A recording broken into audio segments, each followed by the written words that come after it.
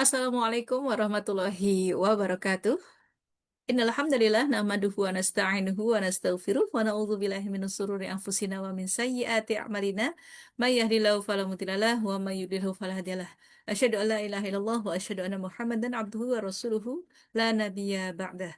Rabbi shrah li sadri wa yassir li amri wahlul 'uqdatam min lisani yafqahu qawli amma ba'du. Apa kabar sobat pecinta Jawa Dwipa semuanya dimanapun Anda berada? Kita berjumpa kembali di rubrik Kupas Jawa Dwipa episode ke-15 hari ini di fanpage Muslimah Pelopor Perubahan. Insya Allah ini menjadi tayangan kesayangan sobat pecinta Jawa Dwipa semuanya.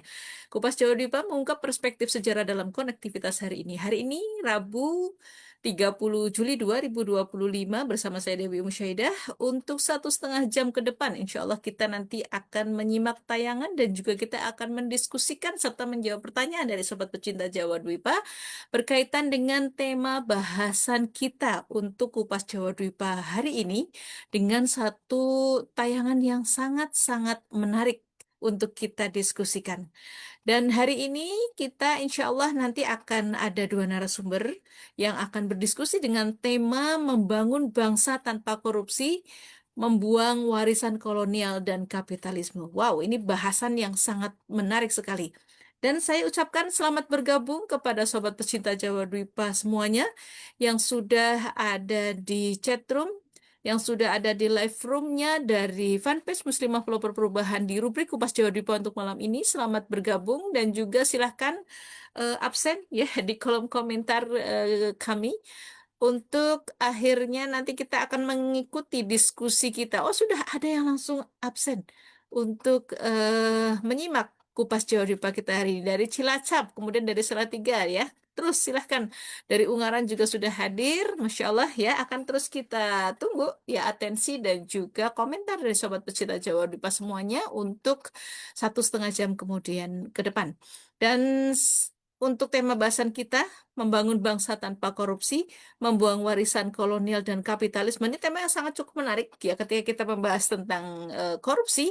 Bagaimanapun masalah korupsi ini terus masih menjadi sebuah perbincangan dan juga bahan diskusi yang cukup hangat dan masih terus hangat ya untuk kita angkat ya dari masa ke masa bahkan karena kita saat ini itu seakan-akan dihadapkan pada keadaan itu sulit sekali untuk bisa menghapuskan dan melepaskan diri dari korupsi yang terjadi di tanah air.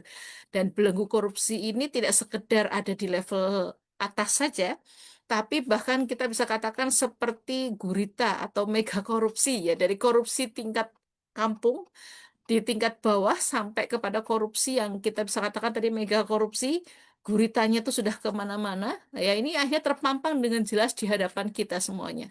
Bahkan beragam macam aturan, kemudian beragam macam lembaga-lembaga hukum, bahkan berbagai macam terobosan-terobosan solusi untuk menyelesaikan korupsi pada kenyataannya tetap belum mampu untuk mengerem, bahkan menghentikan serta menghilangkan laju korupsi yang kian menggurita di tanah air kita yang tercinta ini.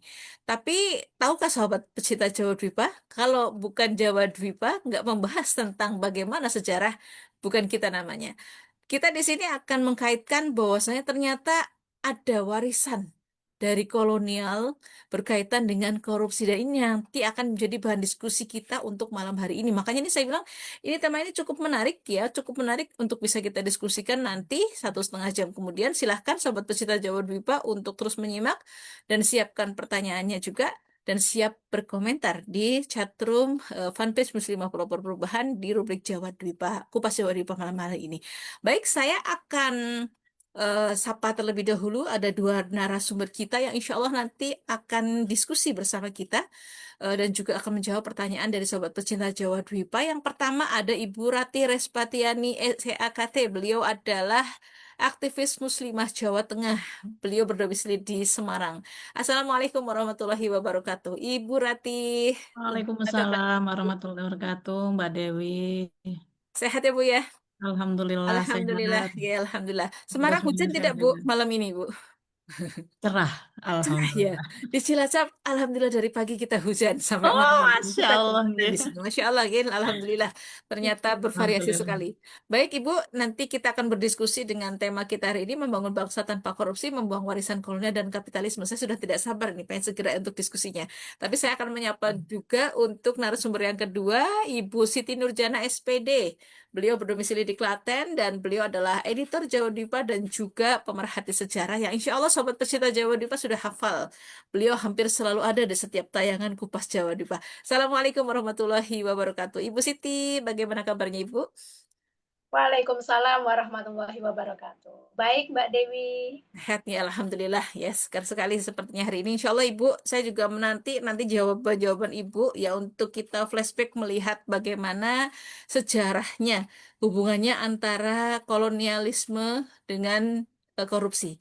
Baik, Sobat Pecinta Jawa Dwipa ini sudah semakin bertambah ya. Bahwasanya ini sudah ada di Sobat Pecinta Jawa Dipa yang sudah berkomentar, sudah absen dari Banyumas, ada tadi dari Cilacap, Salatiga, Ungaran, kemudian Banyumanik ya, kemudian Boyolali, ya Ustazah Siti semangat, ya yang semangat udah ya. Jadi untuk ada Sobat Pecinta Jawa Dipa semuanya silahkan untuk terus isi kolom komentar kita dan ramaikan untuk live untuk diskusi kita malam hari ini.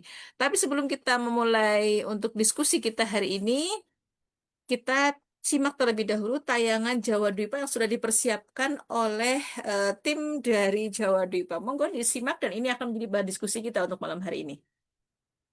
Korupsi masih menjadi salah satu masalah besar di negeri ini. Tahun demi tahun angkanya tak kunjung menurun, bahkan terus menunjukkan peningkatan.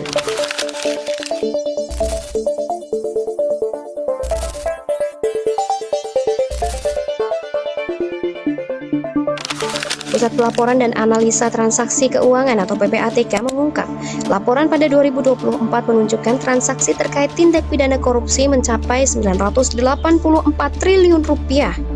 Berdasarkan data dari Indonesia Corruption Watch, sepanjang tahun 2013 hingga 2022, total kerugian negara akibat korupsi tercatat mencapai 238,14 triliun rupiah.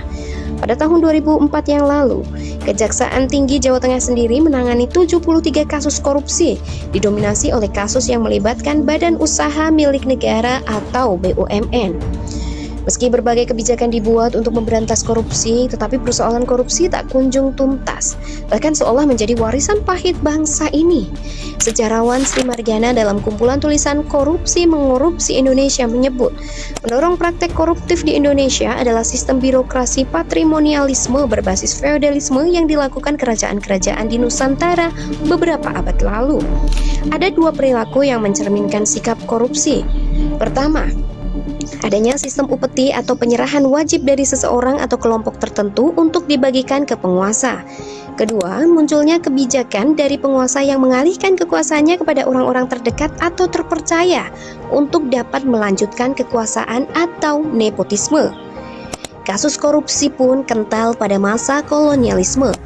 Mengutip catatan si Airboxer dalam Jan Company, VOC kerap mengambil keuntungan penjualan rempah untuk kepentingan pribadi. Cliff Day dalam The Dutch in Java menyebut jika VOC menjadi contoh mencolok perilaku korup akibat ulah para pegawainya. Mereka kerap melakukan jual beli jabatan dan meminta pungutan kepada para pedagang dan rakyat pribumi. Begitu juga pribumi kerap memberi hadiah kepada para pejabat, seperti hadiah tahun baru, hadiah melahirkan, hadiah pelantikan, dan sebagainya. Tidak ada batas jelas antara pemasukan pribadi dan pemasukan negara. Akibatnya, utang VOC menggunung hingga 136,7 juta gulden. Pada masa VOC, sebetulnya hukuman korupsi sudah diterapkan, mulai dari diasingkan hingga hukuman mati dengan digantung di lapangan dan ditonton masyarakat agar muncul efek jerah. Namun, perusahaan dagang terbesar itu akhirnya bubar pada 31 Desember 1799. Menurut Raffles dalam History of Java, runtuhnya VOC dan pembentukan negara Hindia Belanda justru membuat perilaku korupsi tetap bertahan, bahkan berkembang menjadi lebih luas. Pegawai pemerintah Belanda dan penguasa lokal seringkali melakukan pungutan liar dan suap. Sejarawan Peter Carey dalam buku Korupsi dalam Silang Sejarah Indonesia dari Daendels 1808 sampai 1811 sampai era reformasi menyebutkan Berkesinambungannya, historis korupsi di Indonesia disebabkan oleh ketiadaan pandangan bahwa korupsi berbahaya bagi kelangsungan negara. Perilaku korup dan mental suap sudah menggejala di kalangan priayi. Saat itu terjadi arus uang yang melimpah dari para penyewa tanah dari Eropa ke Jawa. Banyak pejabat korup sebagaimana tulisan Bupati Karanganyar, Raden Adipati Joyodiningrat yang dikutip oleh Kerry dan berbunyi, agar perkara selesai segalanya bergantung kehendak Raden Adipati Donorejo IV. Barang siapa yang menyerahkan sogok dan upeti paling banyak berupa uang atau barang atau khususnya perempuan cantik, dialah yang akan dibuat menang. Dalam buku Wahyu yang Hilang Negeri yang Guncang, sejarawan Ong menulis penghasilan seorang bupati terdiri atas pendapatan dari tanah dan hak atas kerja bakti, uang bulanan dari Belanda, serta persentase hasil tanam paksa selama abad ke-19. Ada jurang ketimpangan antara bupati dan para priayi di tingkat bawahnya terkait gaji, perumahan, hak atas kerja bakti, simbol hierarki, dan gaya hidup. Bupati hidup dalam kabupaten yang megah dengan pendopo luas di halaman kediaman mereka. Terdapat ornamen tali emas dan kain batik serupa motif kerajaan dan juga tersemat di seragamnya. Hubungan dekat dengan orang Eropa membuat mereka memiliki selera kemewahan ala bangsa kulit putih, seperti senjata, kuda, pakaian, seragam militer Belanda yang bersulam emas pun mereka gunakan, serta furniture dari benua biru tersebut. Beralih pada masa berakhirnya kultur stelsel dengan diikuti periode liberal yang mengarah pada peningkatan investasi dan kegiatan swasta. Proses perizinan yang dibuat rumit akhirnya menjadi ladang korupsi baru pada masa itu.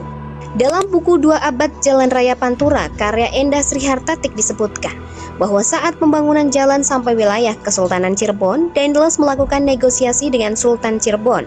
Para bupati diberikan kewenangan penuh dalam mengelola pekerja, tetapi dalam pelaksanaannya, bupati malah banyak terlibat korupsi. Putra Lingga Pamungkas, pegiat sejarah dari komunitas Cirebon History, menuturkan bahwa setiap pekerja seharusnya diberikan upah sebesar 10 sen setiap minggu, beras, juga garam.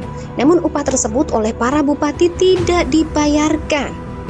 Korupsi di era pemerintahan kolonial Hindia Belanda juga bersifat politik untuk menjatuhkan lawan. Misalnya, penguasa ingin menjatuhkan lawan untuk digantikan bupati pilihan penguasa dengan menyodorkan isu korupsi. Kebiasaan pemimpin atau calon pemimpin daerah memberikan gratifikasi juga sudah ada di zaman penjajahan pada masa itu. Fenomena korupsi yang menyengsarakan merupakan bukti praktik korporatokrasi yang identik dengan liberalisme dalam sistem ekonomi kapitalisme. Sistem ini diterapkan dari zaman kolonial hingga hari ini. Karakteristik penjajah telah mengentalkan rezim korup bagi anak negeri karena adanya dukungan korporasi pada siapapun yang memimpin. Kekuatan kapital telah menjadi faktor yang menentukan jabatan politik di negeri kita. Korporatokrasi telah membentuk hierarki. Lebih dari itu, korporatokrasi atau corporate state cenderung membentuk negara kriminal yang ditandai oleh kejahatan atau white collar crime. Ini adalah kejahatan terorganisir dalam bentuk sindikat atau mafia, serta kejahatan perusahaan negara yaitu BUMN sebagai sapi perah politik. Inilah realitas korupsi yang begitu masif dan terstruktur di negeri kita dari dulu hingga saat ini. Banyak pejabat yang jauh sekali dari profil sebagai pelayan umat, melainkan pelayan korporasi. Untuk itu, solusi korupsi tidak cukup hanya dengan cita-cita, revolusi mental, kecaman, apalagi sekadar retorika. Penanggulangan korupsi secara tuntas haruslah diganti dengan sistem aturan yang bersifat menjeratkan. Sistem tersebut adalah sistem Islam. Dalam Islam, harta korupsi adalah harta haram karena diperoleh melalui jalan yang tidak sesuai syariat atau ghairu al-masyru'. Seperti yang ditulis Syekh Abdul Qadim Zalum rahimahullah dalam kitab Al-Amwal fi Daulah Al-Khilafah. Allah Subhanahu wa taala berfirman, "Dan janganlah kamu makan harta di antara kamu dengan jalan yang batil. Dan janganlah kamu menyuap dengan harta itu kepada para hakim dengan maksud agar kamu dapat memakan sebagian harta orang lain itu dengan jalan dosa. Padahal kamu mengetahui." Terjemah Al-Quran Surat Al-Baqarah ayat 188. Syekh Abdurrahman Al-Maliki rahimahullah dalam An-Nizamu Al-Uqubat Al-Islam menjelaskan bahwa sistem sanksi dalam Islam mampu berfungsi sebagai zawajir atau pencegah dan jawabir sebagai penebus.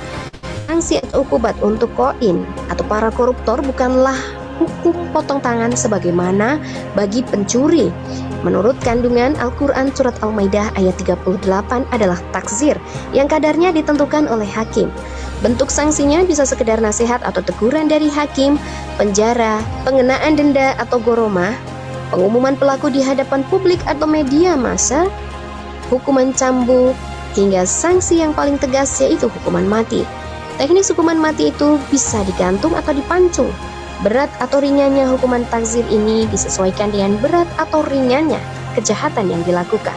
Semua sanksi tegas bagi pelaku tindak kriminal dan pelanggaran aturan Islam mampu diwujudkan dalam khilafah Islamiyah.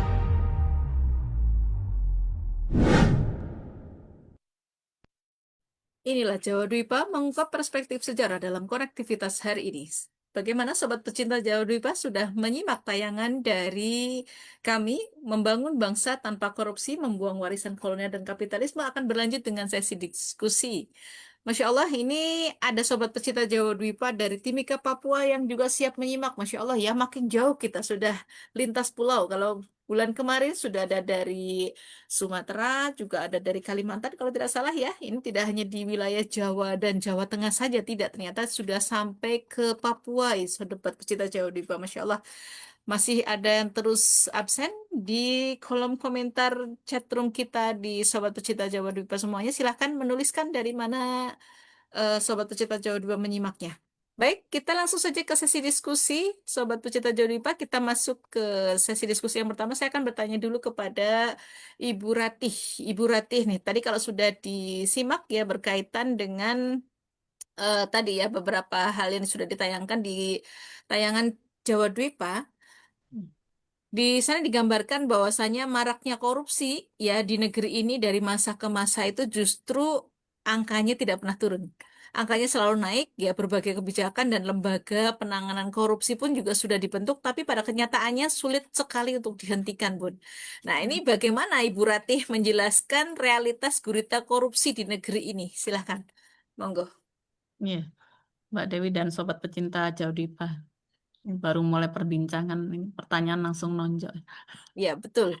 Ini sudah nggak sabar nih. Faktanya Iya, kayaknya bakal membuat kita jadi agak emosi nih nanti lihat iya, fakta-fakta ini kayaknya nih. iya benar. Seputar korupsi itu memang nonjol dan menarik ya. Dan Nah, betul-betul. permasalahan ini bukan hal yang baru ya, tapi juga tidak terselesaikan bahkan makin luar biasa. Iya. Baik angkanya, pelakunya, juga modusnya. Dan kalau sedikit flashback, ada laporan dari Transparency International yang menyatakan Indonesia itu mulai dicap sebagai negara yang endemik corruption-nya tinggi itu sejak dekade 1950-an. Hmm. Berlanjut kemudian ke era Orde Baru 1966-1998. Baru merdeka padahal ya, Bun ya. Nah, iya, betul. Dan itu lanjut gitu ya. Nah, itu dia. Lompatlah kemudian di era Orde Baru 1966-1998 itu Hmm. disebut-sebut kan sebagai masa keemasan gurita korupsi tadi. Hmm. Karena era ini Keturunan. korupsi itu begitu terstruktur, sistematik, Betul. kemudian terlindung oleh kekuasaan negara. Ini kalau dibandingkan dengan era sebelumnya ya. Betul. Nah, disebut gurita kenapa? Karena korupsi itu menjalar ke segala sektor kehidupan, ekonomi, politik, militer, birokrasi, bahkan kemudian hukum juga. Dengan satu pusat kendali, rezim, dan circle-nya yang kalau dulu kan disebut kroni ya. Iya, Dan betul. yang besar pada masa itu korupsi bulog, dana Hmm. reboisasi, monopoli cengkeh, Iya. semen, minyak, dan juga heboh waktu itu kan mobil nasional itu. Dan Hmm. pada saat itu kekuasaan itu jadi alat distribusi kekayaan, jadi ekonomi diatur dengan tangan besi. Bagaimana kemudian akses bisnis itu diberikan kepada keluarga dan kroninya, bahkan sampai ke kalangan militer. Penguasaan bisnis strategis misalnya, minyak, perbankan, telekomunikasi, kehutanan. Kemudian konsensi besar diberikan pada kroni ekonominya.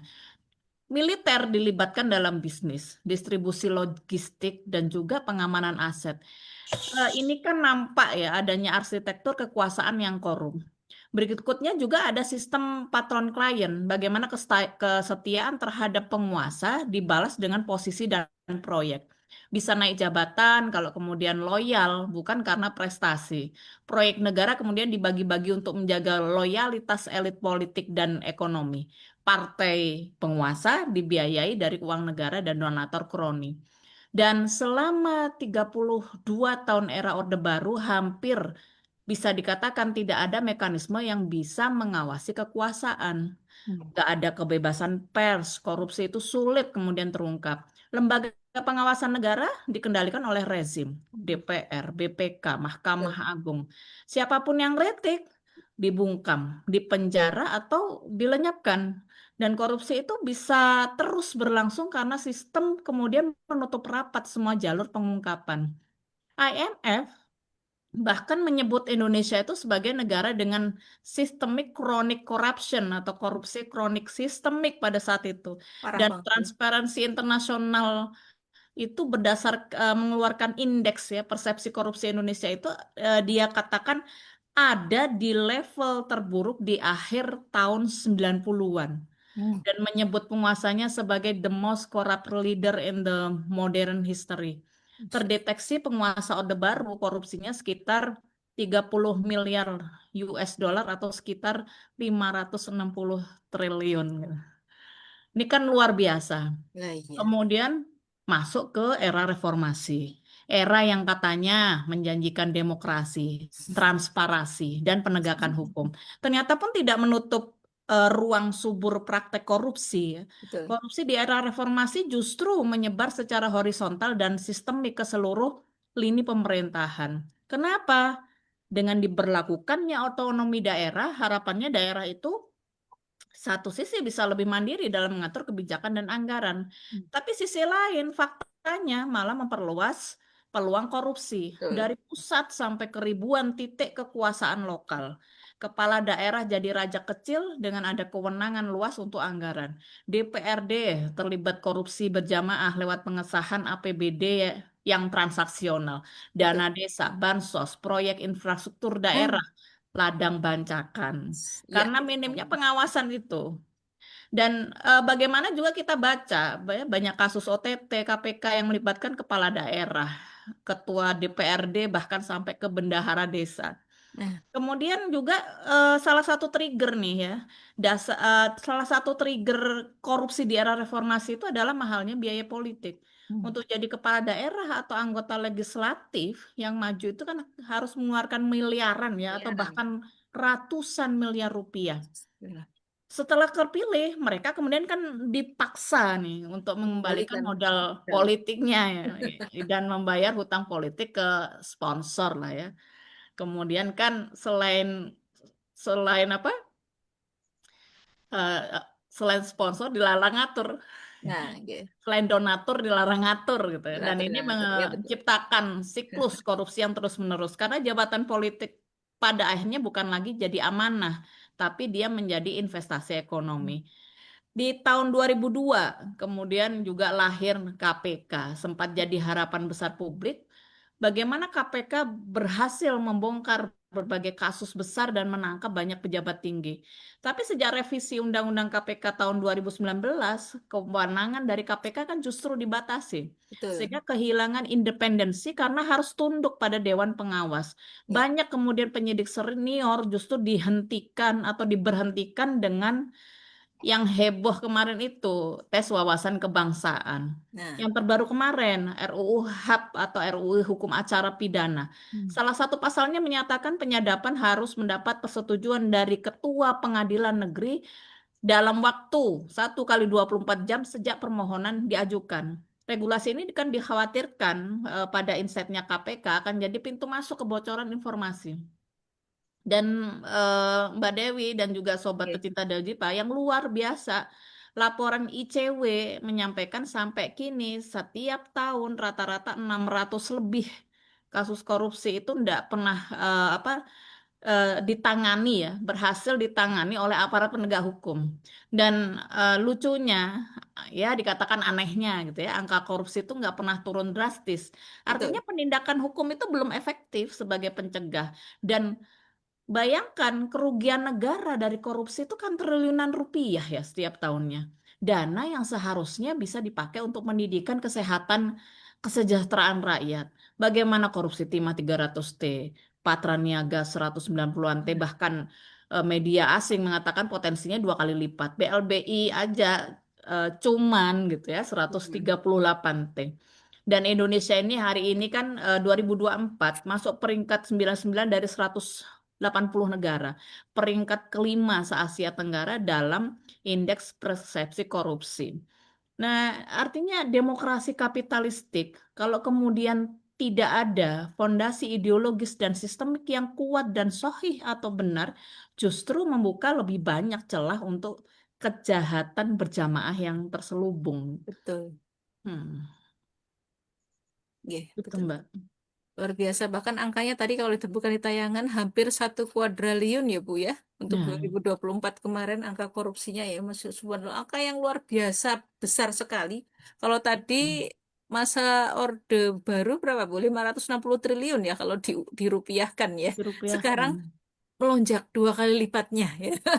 Artinya kan adanya KPK tidak membuat korupsi itu ternyata bisa dihentikan. Justru makin ngegas terus ya korupsinya. Betul. Ya Allah luar biasa. Long. Panas nggak nih? Sobat Pecinta Jawa Dipa panas nggak nih? Pantas uang nggak ada di dompet kita. Ternyata uangnya pada di sana ya. Jadi nggak sampai-sampai ke kita gitu. Baik Sobat Pecinta Jawa Dipa Subhanallah. kita beralih ke Ibu Siti Nurjana. Ibu, tadi saya sudah gemes sekali nih Bu rasanya ya. Kalau tadi Bu Rati menyampaikan data-data yang luar biasa untuk korupsi, gurita korupsi dari masa saat ini sampai ke Orde Lama ya. Kalau Bu Ratih di sini tadi sudah menjelaskan tentang semua itu, sekarang korupsi yang menggurita di beberapa waktu ini pada kenyataannya dikaitkan dengan fakta korupsi pada masa penjajahan kolonial itu seperti apa, Bu? Terutama kolonial pada masa kolonial hingga pada masa Orde Baru tadi, Orde Lama ya yang tadi belum dijelaskan sampai pasca kemerdekaan. Tadi kan berarti menjelaskan di tahun 1950. Nah, sekarang kalau dari kolonial sampai ke pasca kemerdekaan ini kira-kira kasus korupsinya seperti apa? Monggo Ibu Siti. Ya, terima kasih Mbak Dewi dan sobat pencinta Jawa Dipa. Jadi sebelum kita bicara tentang korupsi di masa penjajahan kolonial Belanda, ternyata jejak historis korupsi ini itu juga terjadi jauh sebelum penjajahan Belanda itu masuk ke Indonesia.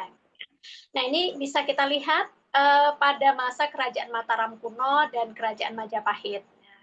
Di mana bentuk korupsinya itu seperti apa? Yang pertama ada pajak desa. Jadi ada pajak desa yang dipungut, kemudian nilainya di luar yang seharusnya dibayarkan oleh masyarakat. Nah, petugas pajak desa ini yang namanya Mangilala Derua Haji ini ternyata menaikkan ya pajak yang seharusnya sedikit tapi kemudian ditingkatkan jadi banyak, dan ini ada dalam prasasti awal abad ke-9 tahun 819 Masehi.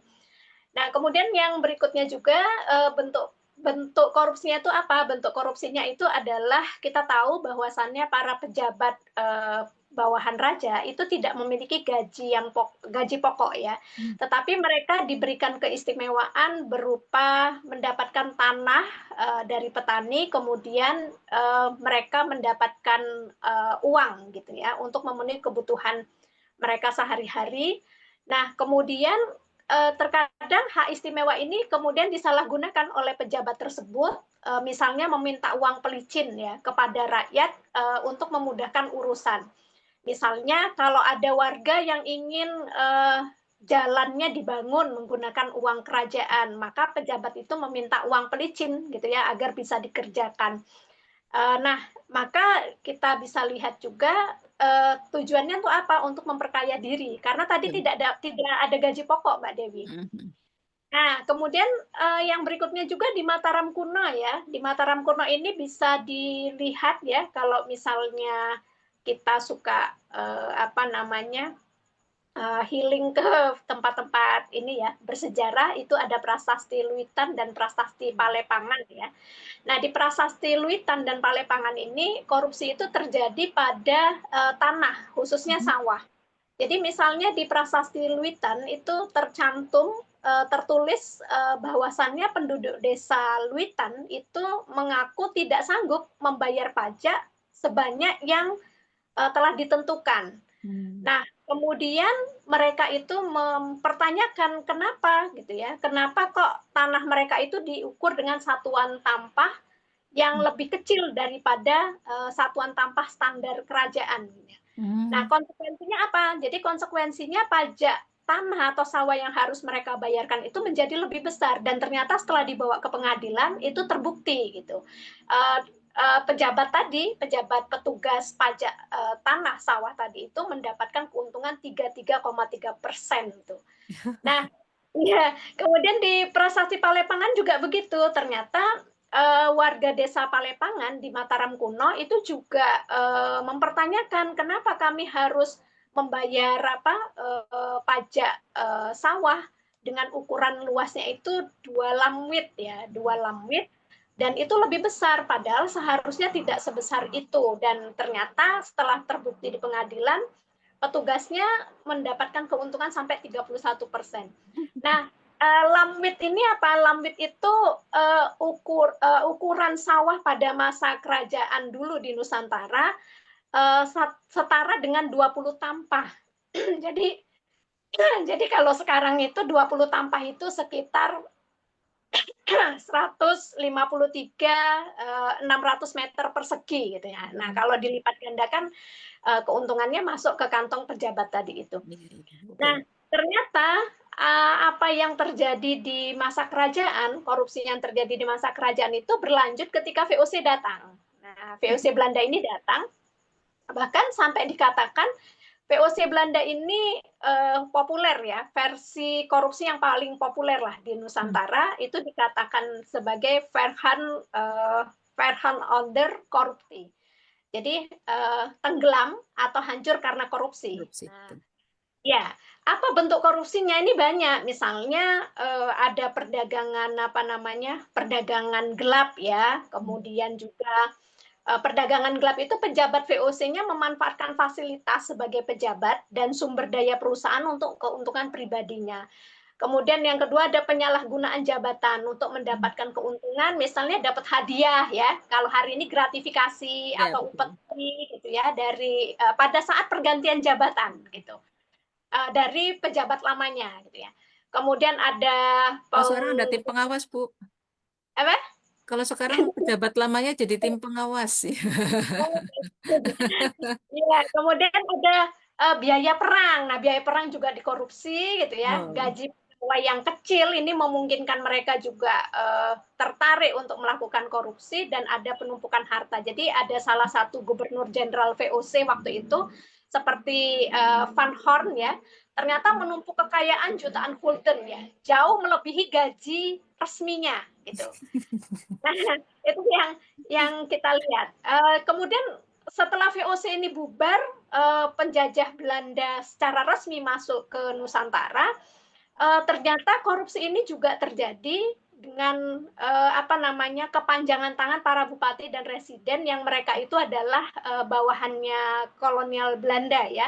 Misalnya di masa William Daendels, pada masa itu memang kaitannya korupsinya itu kebanyakan dengan hasil pertanian. Misalnya dari 160 ton per pikul hasil pertanian yang diserahkan petani, itu hanya 100 ton yang sampai ke gudang, berarti 60 tonnya itu, nah itu ya, dikorupsi gitu Jadi ya. oleh pribumi ya, Bu ya? Ya, jadi ternyata sistem birokrasi penjajah Belanda ini membuka peluang ya, pribumi seperti bupati atau residen itu untuk melakukan korupsi.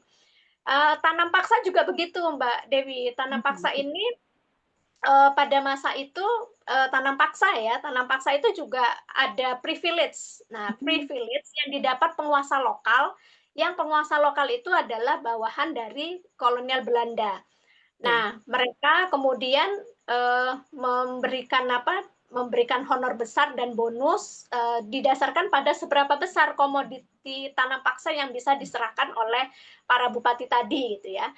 Nah, yang menarik juga nanti kita lihat di masa pemerintahan Sri Sultan Hamengkubuwono keempat ya. Nah, korupsi ini dilakukan Patih Danurejo IV. Korupsinya berupa apa? Nah, Belanda itu pernah waktu itu kan membuka ini ya, izin swasta ya, izin pengusaha swasta untuk mengeksploitasi sumber daya alam kita. Nah, maka memudahkan eksploitasi tersebut itu butuh lobby. Lobbynya ke siapa? Ya ke Patih Danurejo 4 tadi. Nah, Patih Danurejo keempat ini mempermudah izin, gitu ya, mempermudah izin perusahaan swasta untuk mengelola sumber daya alam di Jawa pada masa itu. Gitu ya. Sama dong Bu Nah, kayak sekarang. iya, jadi mempermudah izin ya. Kayak Nah, sekarang ini ya, sama ya. Welcome to my betul. country ya. Ya, nah, Diponegoro, Pangeran Diponegoro ini menolak keras praktek seperti ini gitu ya. Betul. Nah, ternyata nggak berhenti di zaman Jepang yang sifatnya militeristik pun juga korupsi itu terjadi, ada pasar gelap gitu ya. Kemudian juga ada berbagai penyimpangan lainnya. Kalau tadi Mbak Dewi menanyakan, oh lah kalau kita merdeka apakah juga sudah merdeka dari korupsi gitu ya? Ternyata juga tidak. Justru yang menariknya justru pada masa merdeka itu korupsi itu justru mengguncang sejumlah partai politik. Jadi yang kena itu para politisi, yang pejabat ya, para politisi dan mereka jadi pejabat. Misalnya seperti politisi senior PNI ya, Ishak Cokro Hadi Suryo. Nah, ini mantan Menteri Perekonomian RI di masa Kabinet Ali Sastro Amijoyo I, ternyata tersandung korupsi kepemilikan devisa di luar negeri berupa uang, tiket, pesawat terbang ya, kalau hari ini pesawat jet. Sama juga dong. Ada mirip-miripnya ya Bu ya.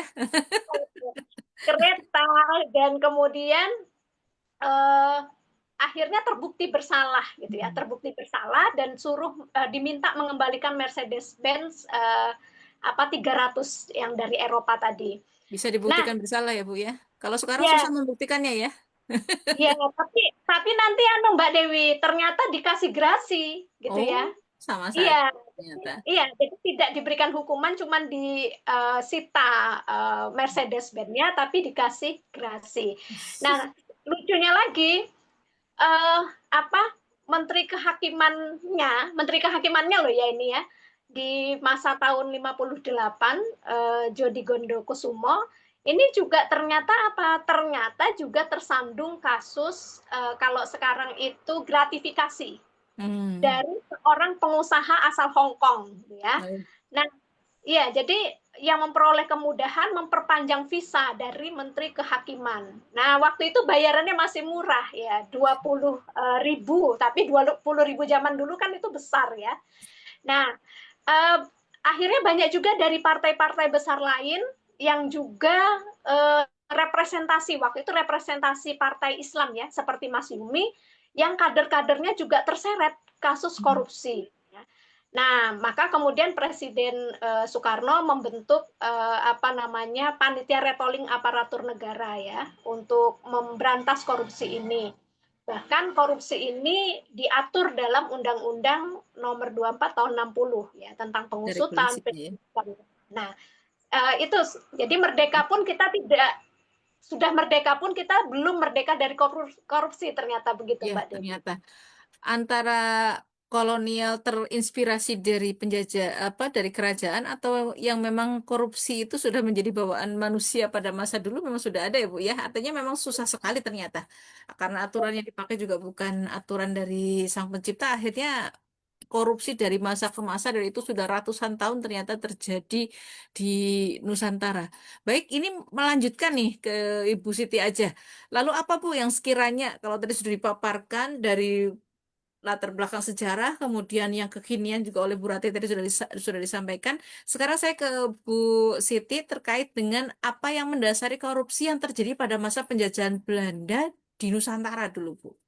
Apakah kemudian ada kesamaannya dengan korupsi yang terjadi saat ini? Nanti kita ngobrol lagi dengan Ibu Rati. Monggo, Bu. Kira-kira apa yang mendasari semua itu?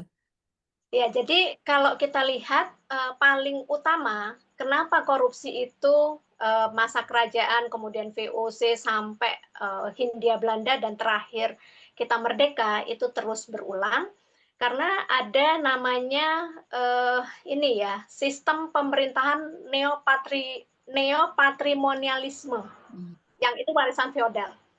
Nah, sistem pemerintahan neopatrimonialisme ini itu adalah sistem pemerintahan dan administrasi yang menggabungkan unsur tradisional ya, Patrimonialnya itu tradisionalnya terletak pada apa? Terletak pada penggunaan pejabat-pejabat lokal kerajaan, kemudian untuk melaksanakan sistem modern atau birokrasi yang ditetapkan oleh Belanda. Yang pertama meletakkan sistem modern itu adalah Daendels ya. Nah, jadi penjajah Belanda ini menggunakan untuk menjajah kita menggunakan struktur kekuasaan tradisional yang sudah ada.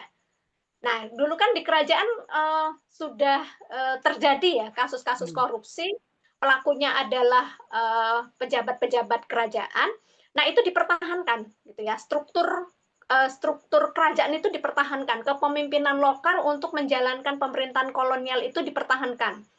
Nah, jadi kekuasaan itu kemudian didasarkan pada hubungan pribadi dan kesetiaan penguasa lokal itu kepada penguasa kolonial Belanda gitu. Nah, itu namanya patrimonial. Kemudian ditambah tercipta neopatrimonialisme. Nah, neonya itu modern karena Belanda kemudian membawa sistem pemerintahan birokrasi modern, ada struktur organisasinya, ada aturan yang tertulis ya, misalnya Stadblad dan sebagainya. Nah, akhirnya Belanda menggunakan struktur pemerintahan tradisional plus modern. Para penguasa lokal itu diberi privilege untuk melaksanakan program-programnya penjajah Belanda gitu ya. Nah, ini kemudian membuka peluang terjadinya korupsi, sistem yang seperti ini. Karena Belanda itu memberikan imbalan dan fasilitas kepada penguasa lokal yang patuh, tapi kemudian memberi sanksi kepada yang menentangnya. Nah, contohnya ya, di sini ada namanya nanti, kalau kita lihat neopatrimonialisme ini, ada patron klien ya. Contoh yang tadi, Patih Danurejo IV ya. Patih Danurejo IV itu adalah pejabat di kerajaan di Kesultanan Mataram, kemudian di bawah kekuasaannya Belanda. Maka untuk mudah Belanda itu membuka sistem ekonomi liberalnya di Jawa, meminjam tangan Patih Danurejo sebagai pejabat lokal gitu ya, untuk memberikan izin, membukakan izin gitu ya. Nah, otomatis ada iming-iming ya, dari Belanda ke Patih Danurejo itu. Nah, sistem inilah, sistem pemerintahan neopatrimonialisme inilah yang kemudian menunjang pembentukan faktor yang kedua. Faktor yang kedua apa? Yaitu budaya. Nah, kalau kita lihat budaya di Jawa itu pada masa itu sangat menitik tekankan tentang kepentingan keluarga gitu ya. Nah, maka pejabat atau bangsawan pada masa itu menjadi andalan keluarga. Untuk apa? Memenuhi kebutuhan sehari-hari. Sementara para pejabat tadi kan tidak digaji pokok ya. Tapi diberikan hak istimewa, privilege. Nah, dari situ kemudian siapa yang loyal dengan Belanda itu diberikan diberikan hadiah-hadiah dan sebagainya gitu ya. Nah, maka dari sini kita bisa lihat ada budaya yang cukup mengakar yang mendorong ya para pejabat itu untuk berwatak korup. Nah, maka faktor yang ketiga, yang ini juga lahir dari sistem birokrasi yang patron klien tadi, itu adalah tidak bisa dinafikan ya, ada individu yang memang berwatak korup. Gitu. Nah, berwatak korup seperti fakta korupsi masa kerajaan penjajahan VOC atau Belanda dan Jepang sampai merdeka, ini tidak dinafikan, memang ada individu yang korup, tapi individu yang korup ini itu lahir dari sistem dan budaya yang juga menggiring mereka untuk melakukan korupsi. Cuman sayangnya ketika bicara tentang pemberantasan korupsi, penyebab tadi itu, ternyata hari ini kita saksikan tambah hari tambah ringan ya, kayaknya Mbak Dewi ya, iya nggak? Betul. Tambah ringan ya. Padahal F1, Bu. Gimana? Sekarang hukumannya bisa nonton F1 juga. Oh gitu. Iya. Jadi saya melihatnya tambah ringan ya. Ya, ya. Eh, ya, jadi ini berbeda dengan ketika di Kerajaan Majapahit. Nah, Kerajaan Majapahit ini punya satu kitab perundang-undangan namanya Kutaramanawa ya.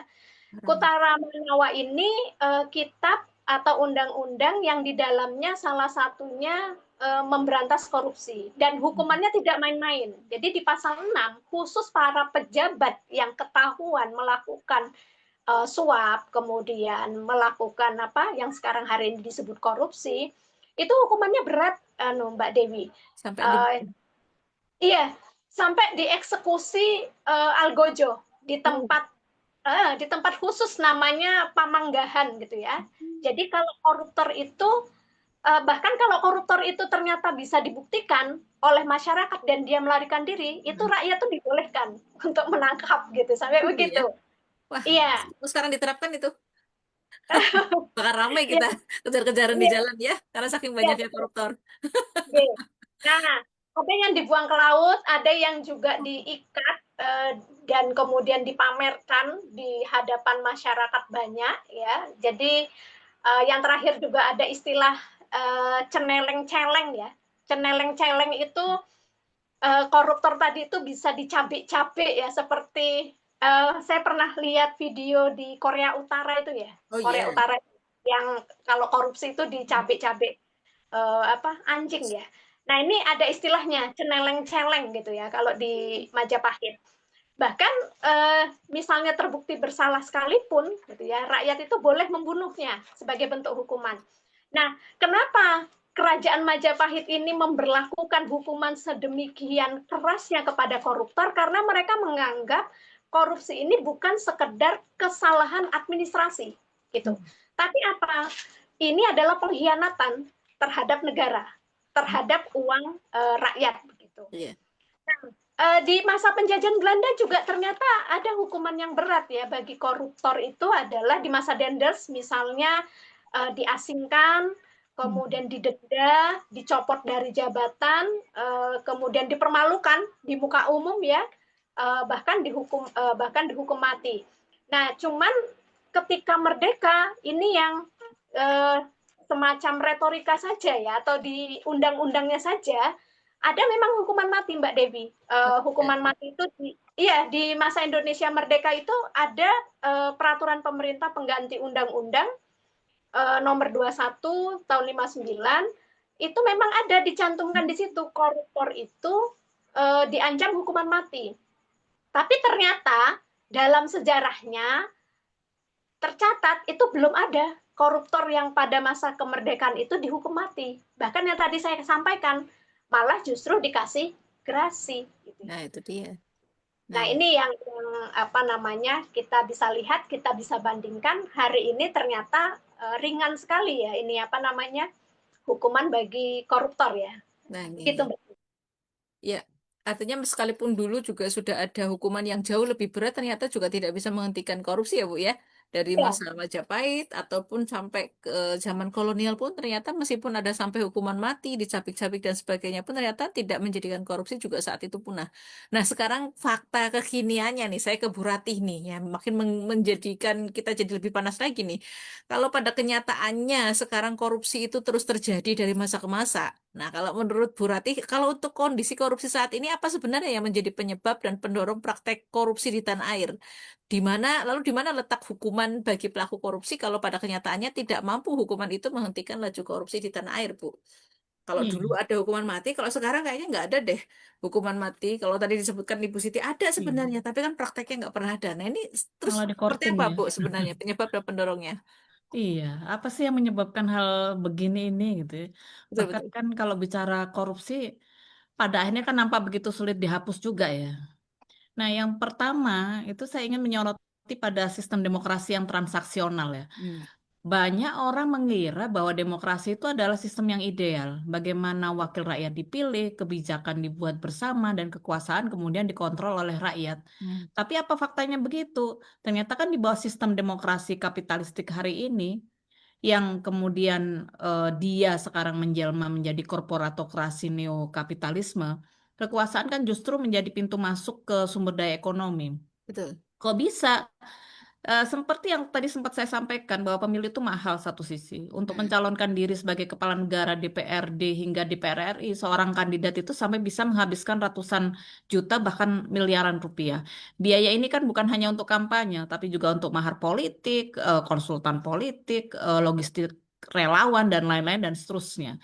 Akibatnya apa? Banyak kandidat yang kemudian berutang pada cukong atau pengusaha. Sehingga ketika mereka menang, yang terjadi bukan pengabdian kepada masyarakat, tapi usaha balik modal, Ya, balas budi.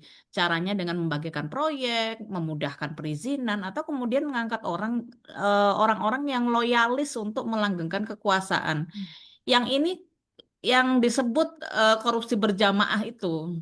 Dan demokrasi kapitalistik itu juga memelihara oligarki politik dan ekonomi. Dia memberi ruang yang besar, yang luas bagi pengusaha dan elit politik untuk membeli hukum dan kebijakan.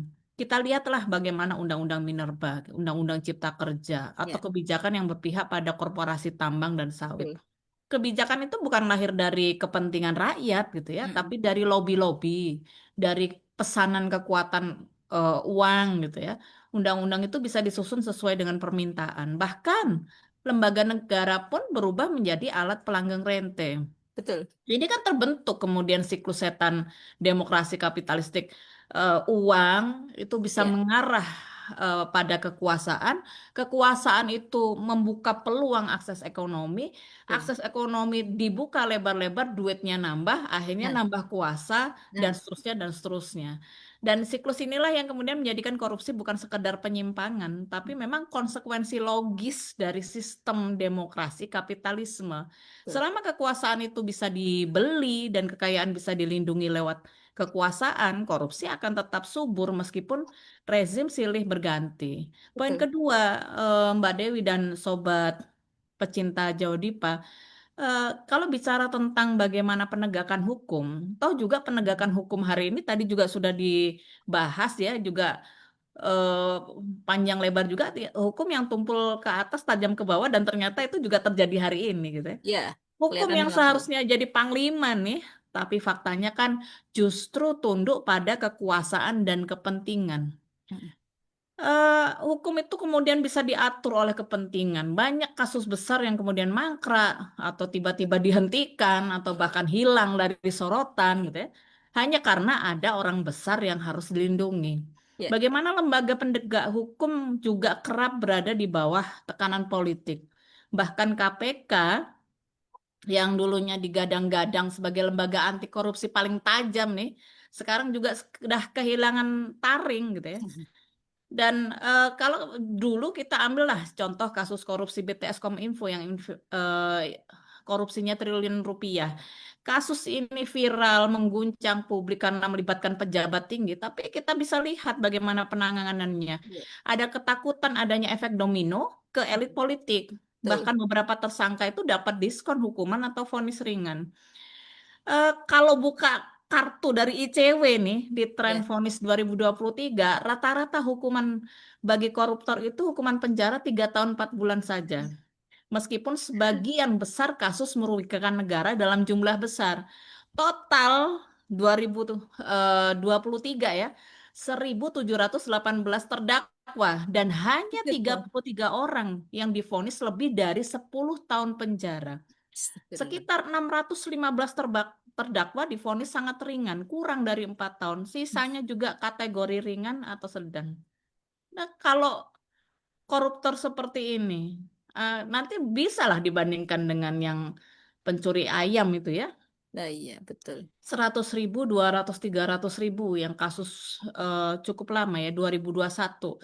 Dia divonis sampai 1 tahun gitu ya. Nah, sisi lain pun juga aparat penegak hukum sendiri tidak steril dari korupsi, ya. Maka Ya, hukum itu bukan jadi penghalang korupsi, tapi justru jadi alat pelindung. ya. Di sini kemudian letak persoalan mendasarnya, bagaimana penegakan hukum itu bukan membasmi kejahatan, tapi malah membiarkan kejahatan itu asalkan Hmm. dilakukan oleh orang yang tepat. Ya. Yang terakhir, sedikit nyinggung lah tentang budaya permisif dan mentalitas normalisasi korupsi ya. Kalau kita bicara tentang korupsi yang merajalela, dia nyatanya kan menjadi budaya, ya, jadi pola pikir, bahkan menjadi semacam kebiasaan sosial yang dimaklumi dan dilanggengkan. Ya, betul. Bagaimana korupsi itu dianggap sebagai bentuk survival. Banyak yang hidup hari ini dalam tekanan ekonomi karena sistem ekonomi kita juga bermasalah. Gaji kecil, tapi beban hidupnya besar. Biaya sekolah mahal, kesehatan nggak terjangkau, harga kebutuhan pokok terus naik. Dan dalam kondisi semacam ini banyak yang akhirnya tergoda untuk menyimpang. Iya. Katanya kan semua juga ngambil gitu ya, asalkan nggak ketahuan. Korupsi itu Asal bukan, hoki. iya. Bahkan ada yang menyampaikan, kalau nanti ketahuan juga kena sanksi, ngapain ngambilnya sedikit kan gitu. Iya. Malah itu bisa jadi modal hidup ya. Begitu. Nah, akhirnya kan korupsi itu bukan aib ya, tapi Betul, jalan betul. pintas untuk bertahan hidup. Sisi yang lain juga korupsi itu memang ada dari skala mikro sampai makro. Di level bawah ada pungli, ada markup nota, potongan bansos, fee, urus surat menyurat dan lain sebagainya. Meskipun kita paham lah bahwa ini tidak semuanya. Di level atas lebih besar dan lebih terstruktur. Penggelapan anggaran proyek, suap dari pengusaha, jual beli jabatan, sampai kong kali kong pengaturan kebijakan. Juga pada sisi yang lainnya lagi, masyarakat sendiri cenderung pasif dan permisif. Kita hidup di budaya ABS ya, asal Bapak senang, yang kemudian tidak boleh ngeritik mereka yang berkuasa. Kontrol sosial dan amar ma'ruf nahi mungkar terhadap penguasa itu sangat lemah. Betul. Bahkan tak jarang orang yang vokal justru kemudian dicap sebagai pengganggu stabilitas ya. Dan budaya permisif ini pun nggak bisa lepas dari sistem pendidikan yang mengajarkan permisif juga, yang dia lahir dari sekularisme, yang memisahkan konsekuensi keimanan, yaitu kewajiban terikat dengan aturan Allah, dengan arahan dan tuntutan hari ini untuk meninggalkan hukum Allah di kehidupan publik. Akhirnya yang terjadi adalah sikap permisif dan hedonis. Nah, dari tiga hal besar itu, politik transaksional, lemahnya penegakan hukum, budaya permisif, ini adalah produk dari sistem demokrasi kapitalisme. Ya. Kalau sistem rusak nggak diganti, korupsi akan tetap eksis. Dia hakikatnya juga hanya ganti wajah dan metode saja. Karena sistem demokrasi kapitalisme ternyata membawa DNA koruptif gitu, Mbak. Betul, betul, betul. Insya Allah ya. Jelas sekali, gamblang sekali, dan bikin gemes sekali rasanya ya setelah mendengar penjelasan dari Bu Rati dan juga dari Bu Siti. Gemes, mas nggak bisa selesai-selesai masalah korupsi itu, ternyata ya tadi akar masalahnya dari demokrasi kapitalisme itu ya Bu ya. Dari Iya, sejak penjajahan kolonial Belanda datang juga mereka membawa satu ajaran yang sama juga hingga hari betul. ini ya, itu masih tetap diadopsi. Baik, kita ke pertanyaan selanjutnya, ke Ibu Ratih ya, masih lanjut Ibu Ratih saja. Jika hukum produk kapitalisme tidak mampu, Bu, tadi kapitalisme tidak akan pernah mampu bisa menuntaskan masalah korupsi, bahkan menjadi sebab dari maraknya korupsi. Terus bagaimana nih? Kita cari solusinya sekarang di pertanyaan terakhir itu, solusi dalam Islam itu seperti apa dalam menuntaskan korupsi hingga ke akar-akarnya gitu. Gemes banget ya, pengen segera selesai nih korupsi ini. Yang Gimana, selesai. Bu? Iya, supaya adem gitu ya. Adem, inggih. Uangnya bisa balik ke rakyat gitu loh. Masya Allah, iya. Nggak numpuk di Dan sana gitu. iya, dan semua pasti merindukan itu ya. Iya, betul, Nah, betul. secara mindset ya atau secara konsep bahwa Islam itu memandang korupsi, apakah itu nanti bicara gulul ya, penggelapan harta, riswah atau suap, khianat terhadap amanah, itu sebagai dosa besar yang merusak tatanan masyarakat dan melanggar hak rakyat. Larangan makan harta secara batil misalnya ada di dalam surah Al-Baqarah 188. Larangan khianat terhadap amanah misalnya, termasuk juga ini amanah publik, ada di dalam surah An-Nisa ayat 58 dan Al-Anfal ayat 27. Hmm. Kemudian larangan suap atau riswah, gratifikasi yang terkait jabatan itu ada di hadis Nabi SAW tentang laknat terhadap penyuap dan penerima suap. Bagaimana dengan jelas Rasulullah SAW bersabda, laknatullahi ala rosi wal murtashi. Laknat Allah Subhanahu wa taala kepada pemberi suap dan penerima suap. Ya. Kemudian ada larangan penggelapan harta atau gulul. Bagaimana ancaman bagi pelaku gulul itu disebutkan di dalam Al-Qur'an surah Ali Imran ya 161.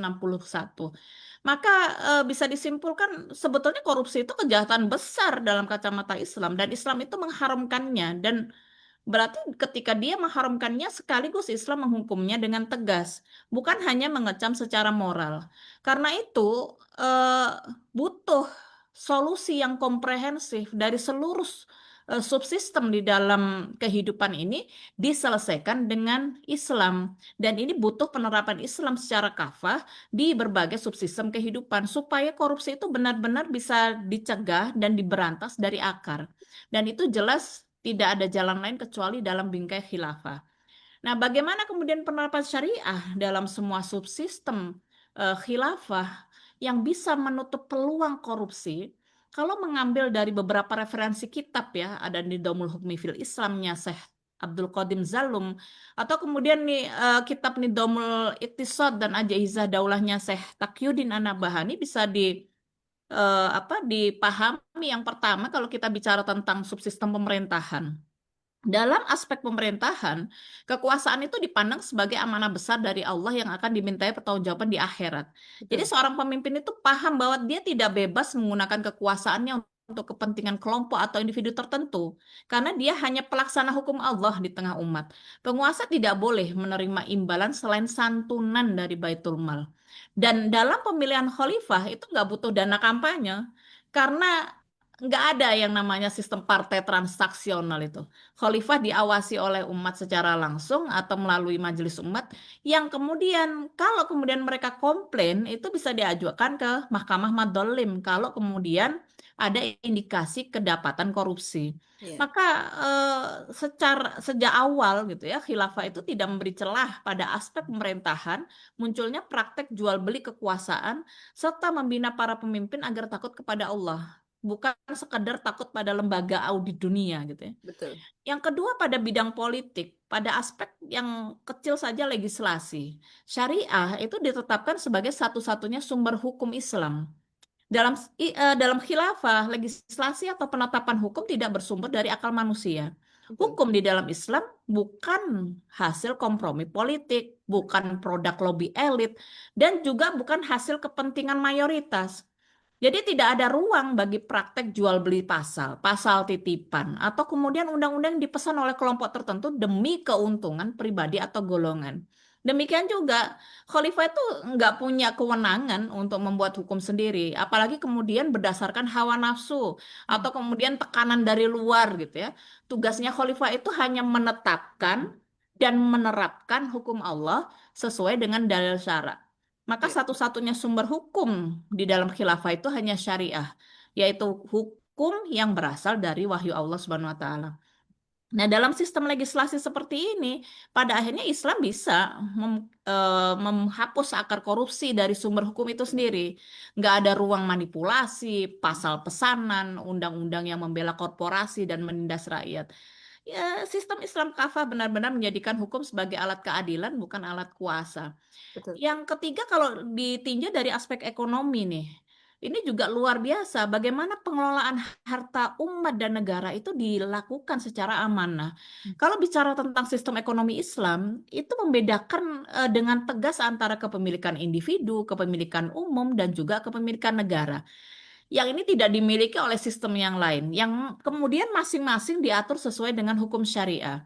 Jadi sumber daya alam yang strategis seperti tambang, migas, hutan, laut, air, energi, aset vital lainnya itu merupakan kepemilikan umum yang haram untuk diprivatisasi atau dijual ke asing maupun korporasi. Maka di sini tidak ada celah atau peluang proyek-proyek rente, sistem tender bebas yang kemudian membuka celah suap, Ya, permainan, dan seterusnya. betul, betul. Negara itu wajib mengelola harta milik umum dan mengembalikan manfaatnya langsung kepada rakyat atau tidak langsung, baik dalam bentuk layanan publik gratis, subsidi kebutuhan pokok, maupun digunakan untuk penguatan ekonomi rakyat. Sisi lain ada bahasan panjang sekali itu Mbak Dewi. Di Nidham Iktisad atau sistem ekonomi fil Islam, bagaimana mekanisme menyejahterakan masyarakat sehingga tidak silo dengan dolar dan cuan Nah, itu ya karena betul. kondisi. Nah, kalau kemudian pada yang lainnya, pada peradilan, bicara tentang kodi atau hakim dalam sistem peradilan Islam, Sistem peradilan Islam itu dirancang untuk menjamin keadilan sejati tanpa intervensi kekuasaan dan tanpa diskriminasi. Jadi para kodi atau para hakim dalam sistem Islam itu diangkat bukan karena relasi politik atau koneksi kekuasaan, melainkan diangkat karena keilmuan, ketakwaan, dan integritasnya di dalam menegakkan hukum Allah. Jadi syaratnya ketat sekali gitu ya. Bagaimana kodi itu harus memahami syariah secara mendalam. Bagaimana kodi itu harus memiliki kepribadian adil. Dia terbukti jujur dan amanah. Dan pada sisi yang lain, setiap warga negara bisa mengadukan penguasanya ke Mahkamah Madzalim. Mahkamah Madzalim inilah yang nanti akan bertugas mengadili penguasa kalau kemudian dia berbuat dolim atau menyimpang dari syariat. Dia satu lembaga atau dia satu badan peradilan yang menjadi benteng rakyat dari kedoliman pemimpin. Sekaligus ini menjadi bukti saya pikir ya bahwa tidak ada yang kebal hukum ya di dalam Islam. Kemudian luar biasa lagi nanti di aspek media dan informasi. Kalau di dalam sistem khilafah media bukan alat penguasa untuk membungkam suara kritis Betul. atau kemudian membentuk opini demi mempertahankan kekuasaan atau pencitraan gitu ya. Makanya, itu sekarang banget Sebaliknya, ya. iya. Iya. Nah, media itu berfungsi sebagai corong amar ma'ruf nahi mungkar, termasuk terhadap penguasa. Syaratnya hanya satu, selama didasarkan pada syariat. Jadi media itu punya hak untuk mengkritik penguasa ya. Kritik itu dianggap bagian dari kontrol sosial. Rakyat itu juga bebas memberikan masukan kepada penguasa. Bisa menuntut bagaimana penguasanya secara langsung. Jadi dengan informasi terbuka dan media yang aktif, penguasa itu tidak bisa berlindung di balik propaganda atau pencitraan palsu. Dia mewajibkan pemimpin menjawab pertanggungjawaban di dunia sebelum dihisab di akhirat. Nah, Masya Allah.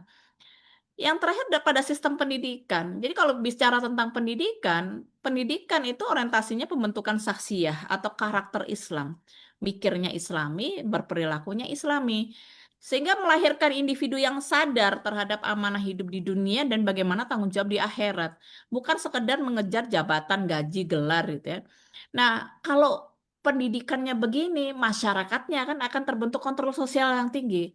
Karena setiap individu mereka itu kan dibina untuk memiliki rasa takut kepada Allah. Maka ketika dia menjadi bagian dari birokrasi, bagian dari pejabat publik, dia punya benteng moral dan spiritual yang kokoh untuk menjauhi korupsi. Mau yang dia terlihat, mau yang enggak. Kemudian budaya amar ma'ruf nahi mungkar gitu ya, menjadi bagian dari kehidupan sosial. Nggak ada ruang pembiaran terhadap budaya permisif gitu. Jadi korupsi dalam Islam itu bukan hanya dilawan secara hukum, tapi dia bahkan dicegah dari sumbernya, dari pola pikir, niatnya, sampai kemudian gaya hidup. Dan sedikit menambahkan ini, Mbak Dewi dan Sobat Pecinta Jadwipa, dalam catatan sejarah khilafah, ini memang menunjukkan bukti nyata gitu ya tentang hal itu. Katakanlah masa Khalifah Umar bin Khattab, bagaimana beliau itu melarang para pejabatnya memperkaya diri selama menjabat. Kalau ada hartanya bertambah mencurigakan, maka akan diinvestigasi, hartanya dihitung, disita kalau terbukti lebih. Bahkan juga beliau menunjukkan gaya hidup sederhana. Bagaimana Umar bin Khattab radhiyallahu anhu itu menolak kemewahan. Bahkan lampu istana itu kan kemudian dimatikan saat membicarakan urusan pribadi agar tidak menyalahgunakan fasilitas publik. Kemudian lebih agak jauh dari Khalifah Umar bin Khattab, kita kenal Khalifah Umar bin Abdul Aziz. Bagaimana ketika beliau diangkat menjadi khalifah, Umar bin Abdul Aziz langsung mengembalikan semua harta milik negara yang pernah diberikan kepada beliau saat belum menjabat. Beliau kemudian melarang istri dan keluarganya menggunakan kekayaan negara. Bahkan ketika putranya itu minta tunjangan lebih, beliau menjawab, apa kamu ingin aku menjadi pejabat di hadapan Allah hanya karena ngikutin pengenmu gitu ya. Dan Umar bin Abdul Aziz terkenal juga bagaimana beliau memberhentikan semua pejabat yang terbukti nggak amanah. Dan kemudian mengganti dengan orang yang dikenal bertakwa dan adil sampai-sampai para pejabat baru itu menangis ketika diangkat karena tahu besarnya tanggung jawab. Dan Masya Allah, dalam 2 tahun kepemimpinan Umar bin Abdul Aziz hampir tidak ada kan mustahiz zakat di wilayahnya karena rakyat hidup sejahtera. Masya Allah ya, dampak bagaimana sebuah sistem yaitu khilafah itu adil, bebas korupsi gitu ya. Orang kalau sejahtera tidak terfikirkan untuk korupsi ya Bu ya. Betul. Tapi justru sekarang yang korupsi malah orang yang secara penilaian Yang itu sudah tidak sejahtera ya. sejahtera gitu. Karena permasalahannya kan karena sistem Masalah-masalah. hidup kapitalisme inilah yang menjadi sumber masalahnya. Saya tercengang Betul. tadi bagaimana Islam ternyata punya gambaran yang komprehensif, lengkap sekali ya dalam menyelesaikan masalah korupsi. Saya yakin makanya apa yang terjadi pada masa Umar bin Abdul Aziz, pada masa Umar bin Khattab itu sesuatu yang nyata ya pasti bisa Iya, direalisasikan saat ini juga asalkan pakai insya Islam. Allah. Aturan Islam tadi yang disampaikan oleh Bu Rati, Masya Allah, Insya Allah. gamblang dan lengkap sekali. Kalau Ibu Siti Nurjana sekarang, Bu, bagaimana Bu mewujudkannya? Kalau tadi Bu Rati sudah menyampaikan bagaimana solusi Islamnya, sekarang bagaimana kalau menurut Bu Siti mewujudkan negara yang bebas korupsi dalam tatanan saat ini? Ya, apakah sekiranya kita mampu menjadikan apa namanya? Apa yang menjadi tadi sampaikan Islam itu sebagai sistem hari ini itu menjadi solusi sebagai masalah untuk masalah korupsi ini tadi kira-kira langkah apa yang harus kita lakukan Bu untuk bisa mewujudkan sistem yang seperti yang tadi digambarkan oleh Bu Ratih, monggo Ibu Siti. Ya, terima kasih Mbak Dewi dan sobat Ya. pencinta jabatan. Kalau kita berbicara betapa luar biasanya ya sistem Islam yang dipaparkan Bung Rati tadi, tentu kita merindukan ya agar sistem itu hadir dan sistem yang kalau kita lihat adalah sistem yang anti KKN, korupsi, kolusi dan nepotisme ya. Betul. Nah, kalau kita berbicara tentang kasus korupsi ini tentu pasti tidak terlepas dari sistem pemerintahan ya.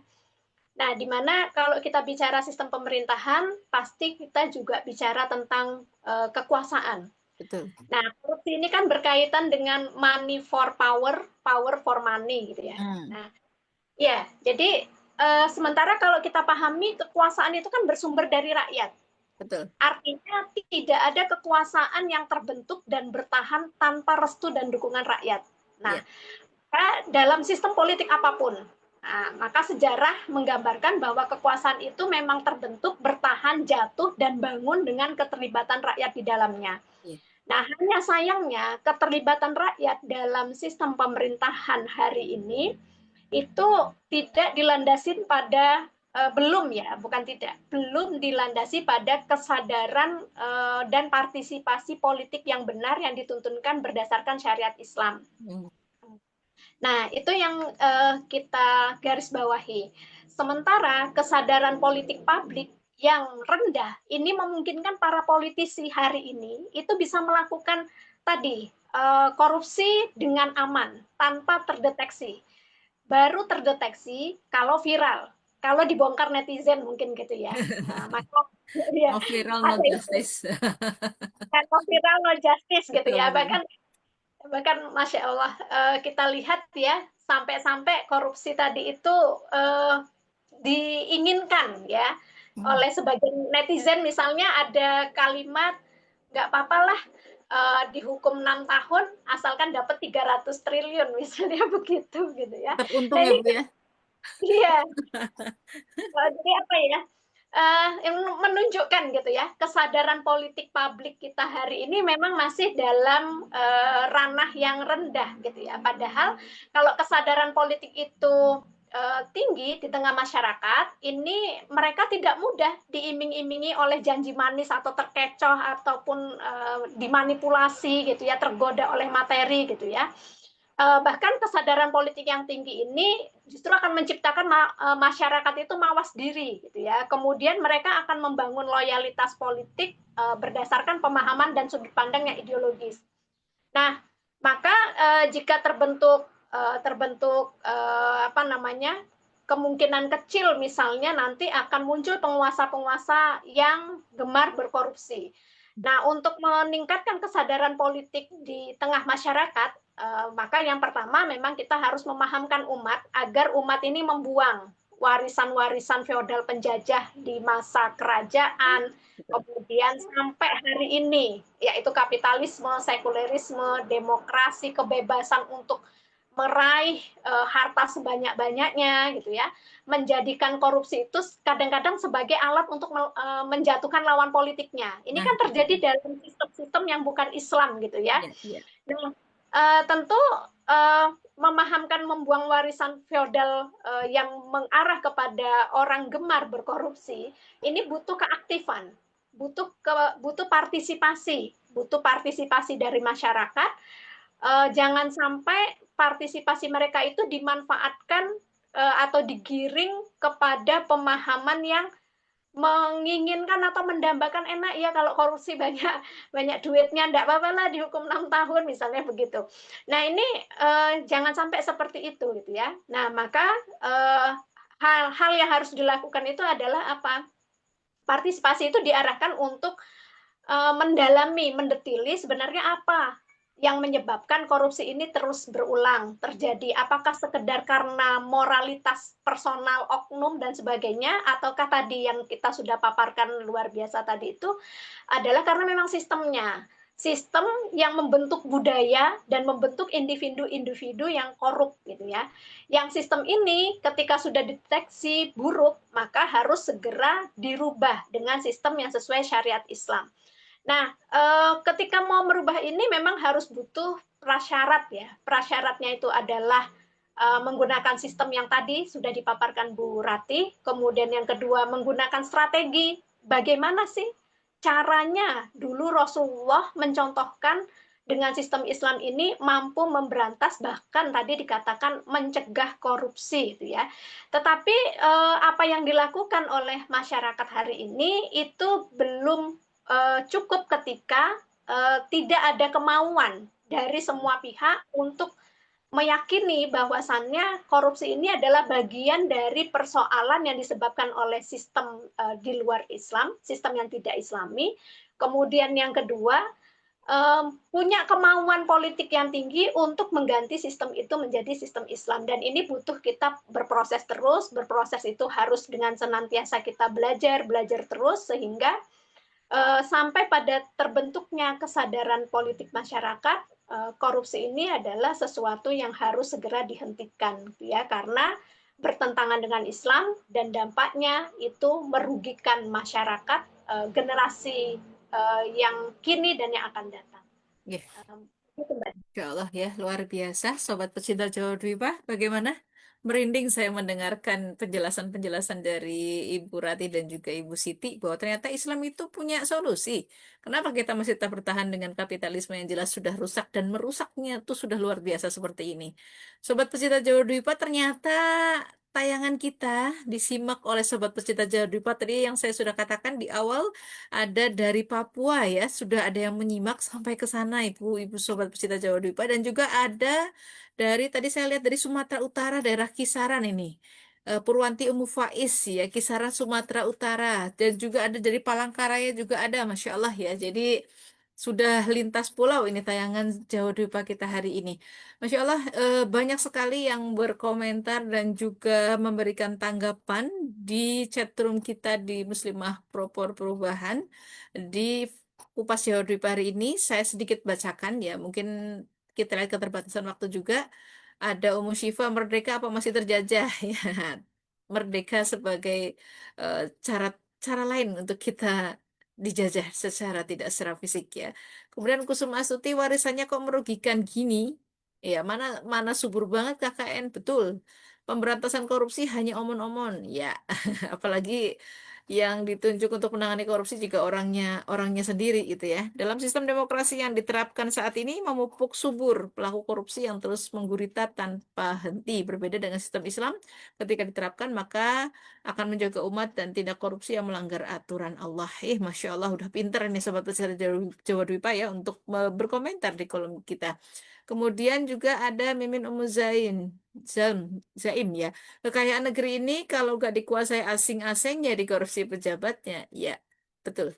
Kemudian Umu Syafi digambarkan Indonesia darurat korupsi, Islam punya solusi, siap menyimak. Betul.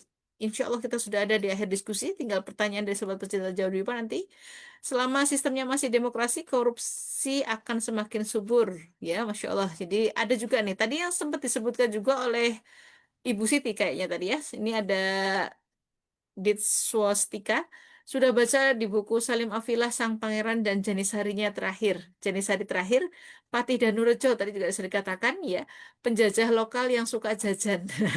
Betul, memang secara sejarahnya memang seperti itu. Negara dirusak oleh koruptor, koruptor dikasih karpet merah, negara butuh dana pajak lagi yang dinaikkan. Betul. Kalau sekarang malah justru diundang ya.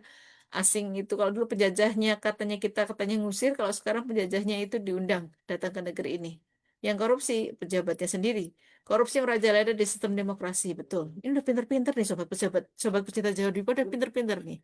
Setuju Bu, ya diskon bukan menggiurkan mama saja, tapi para koruptor juga tergiur. Betul, korupsi berjamaah bikin sengsara rakyat, hukuman ringan menambah tumbuh suburnya koruptor. Banyak sekali yang berkomentar, ya korupsi seperti benang kusut yang susah diberantas ketika tidak diterapkan aturan Islam. Sekaya apapun suatu negeri, pasti akan hancur karena korupsi. Betul sekali. Ya, di sini korupsi berjamaah menjadi normalisasi dalam sistem hari ini. Masya Allah, ini masih ada beberapa yang juga pejabat yang begini akan mampu mengentarkan musuh karena tidak terbeli oleh dunia. Ini pas sudah di bagian solusi.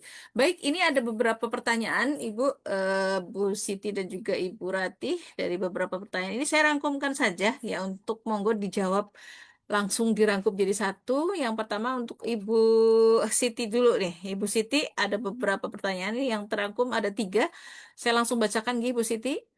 Yang pertama dari Resti Handayani, masa penjajahan Belanda apakah ada hukuman bagi koruptor? Dan jika ada, apa alasannya menerapkan hukuman bagi koruptor? Sementara tadi disampaikan bahwa sistem Belanda lah yang berpeluang memunculkan individu dan budaya koruptor. Yang kedua dari KLSN Umba Akila LNK, apakah dengan ini dapat dikatakan bahwa sebenarnya yang namanya kerja paksa yang selama ini kita pelajari dalam pelajaran sejarah, Rodi dan Romusa tanpa bayaran itu sebetulnya faktanya tidak semengerikan itu, Ustazah. Nah ini. Yang ketiga dari Kusuma Stuti, Ustazah izin bertanya bagaimana tentang pandangan sejarah versi Belanda sendiri tentang penjajah dan korupsi ini. Itu untuk Ibu Siti. Untuk Ibu Rati saya sekalian bacakan Gih. Silahkan nanti di apa namanya dirangkum untuk pertanyaannya. Atau Bu Siti jawab dulu deh dari 3 pertanyaan ini. Monggo silahkan Ibu. Sekitar waktu kita ada waktu sekitar 5 menit mungkin. Cukup ya? Ya. Insya Allah. Silakan monggo. Ya, terima kasih untuk sobat pencinta Jawa Dwipa atas pertanyaan-pertanyaannya. Jadi kalau kita lihat ya terkait dengan hukuman bagi koruptor di masa penjajahan Belanda, seperti yang tadi kita simak sudah saya sampaikan ya. Kemudian yang berikutnya adalah terkait apakah pada masa Dendels itu tidak semengerikan yang kita perkirakan. Nah justru ketika Dendels itu membuat jalan antara Anyer dan Panarukan, itu adalah salah satu dari 2 eksploitasi tenaga manusia terbesar, gitu ya, penjajahan yang terbesar.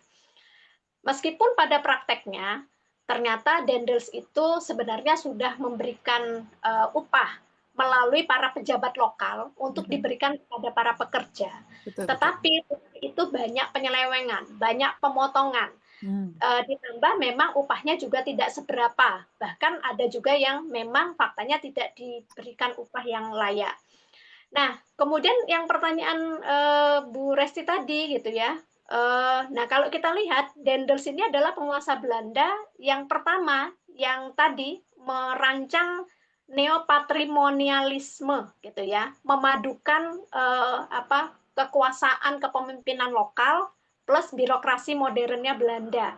Kepemimpinan lokal itu adalah di bawah kepemimpinan Belanda untuk melaksanakan kebijakan-kebijakan Belanda. Nah, Dendels ini ternyata memiliki obsesi untuk menghilangkan korupsi dan penyalahgunaan kekuasaan. Nah, jadi dia melihat korupsi itu sebagai sebenarnya konflik kepentingan pribadi dan kepentingan negara. Yeah.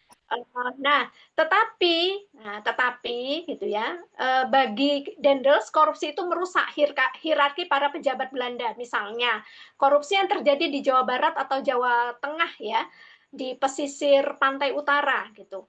Dendels menganggap para pejabat lokalnya kok malah mendapatkan pendapatan yang lebih dari pungli ataupun dari korupsi-korupsi dibanding bosnya gitu ya. Bosnya itu maksudnya pemerintah Hindia Belanda gitu ya. Malahan ya. Nah, ini Iya, namanya begitu. Nah, maka kemudian kemudian Dandes ini menerapkan hukuman mati. Salah satunya tadi ya, hukuman mati itu diberlakukan ketika korupsi itu sudah mencapai 3.000 ringgit ke atas dan terbukti itu akan dihukum mati.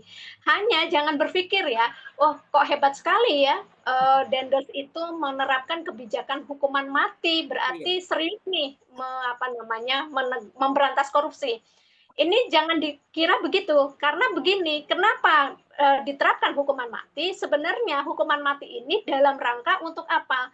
Untuk menjadi contoh bagi pribumi kalau mereka itu ketahuan korupsi yang misalnya 3.000 ringgit ke atas, ini merugikan,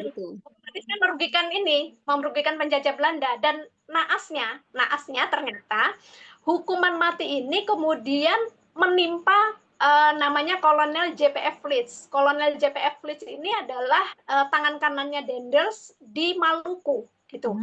Nah, pada saat itu si Flits ini ternyata memimpin pasukan cukup besar untuk menghadapi Inggris. Nah, tapi ternyata dia memberikan perlawanan yang tidak berarti.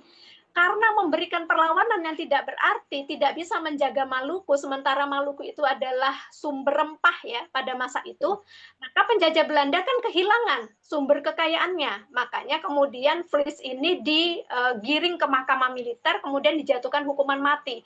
Kenapa dijatuhkan hukuman mati itu bukan karena dia bukan karena ya versi ya tadi ya yang disampaikan oleh pertanyaan ketiga, versi penjajah Belanda gimana? Nah, Vlies ini dijatuhi hukuman mati karena bagi Belanda dia merugikan sumber pemasukan kekayaan rempah-rempah dari Maluku karena dia memberikan perlawanan tidak berarti lemah perlawanannya terhadap Inggris yang mau masuk ke situ gitu ya. Nah, itu yang terjadi Mbak Dewi gitu ya. Insya Allah. Ya, untuk 3 pertanyaan sudah terangkumkan, Nggih. Semoga terjawab karena banyak sekali sebenarnya masih banyak sekali yang berkomentar dan bertanya, tapi hanya sebagian saja saya sampaikan, saya baca, mohon maaf, Nggih. Kepada Ibu Rati sekarang dari Kusumarati ya, kepada Bu Rati dari Kusumarati, apakah di zaman Rasul pernah terjadi kasus korupsi? Kemudian pertanyaan yang kedua, berarti lembaga seperti KPK, BPK, dan Ombudsman, meski terpilih orang-orang yang takwa pun tidak akan mampu menyelesaikan korupsi. Dan bagaimana dengan khilafah? Apakah ada lembaga pengawas? Monggo Ibu. Iya. Jadi Nabi itu memimpin ya pada masa daulah, maaf, pada masa daulah sama Madinah itu tidak tercatat adanya kasus korupsi ya, sebagaimana kita pahami hari ini, bagaimana penyalahgunaan kekuasaan atau jabatan untuk keuntungan pribadi. Ini bukan karena nggak ada peluang, karena memang sistem Islam itu diterapkan secara kafah dan juga ada kepribadian Islam yang sangat kuat ya, baik yang luar biasa dari keteladanan baginda Nabi SAW, kemudian para pejabatnya dan juga masyarakatnya. Ada satu kasus ya, yang ini bisa dikatakan kan mirip dengan potensi korupsi itu, yang luar biasanya langsung ditangani dengan tegas oleh baginda Nabi SAW, yaitu kasus tentang petugas zakatnya Daulah Madinah, Abdullah bin Lutbiyah. Di dalam salah satu hadis Bukhari Muslim itu Abdullah bin Lutbiyah diutus Nabi SAW untuk memungut zakat. Kemudian kembali dari memungut zakat, beliau menyampaikan, ini untuk kalian dan ini hadiah yang diberikan padaku. Nah, Rasulullah SAW yang mendengar hal itu ketika pun naik mimbar. Kemudian beliau bersabda, mengapa ada petugas yang kami utus, lalu dia berkata ini untukmu dan ini hadiah yang diberikan padaku. Tidakkah ia duduk saja di rumah bapak atau ibunya, lalu lihat apakah ia akan diberi hadiah? Ini maknanya teguran keras gitu ya atas tindakan menerima hadiah dalam jabatan publik yang dalam Islam termasuk dalam ghulul atau penggelapan harta amanah. Artinya ini saja langsung ditindak oleh Nabi. Kemudian sisi yang lain ya, bagaimana kita mengenal keteladanan pribadi Rasulullah SAW, bagaimana beliau itu pemimpin negara, panglima perang, hakim tertinggi. Namun hidup beliau luar biasa sederhana.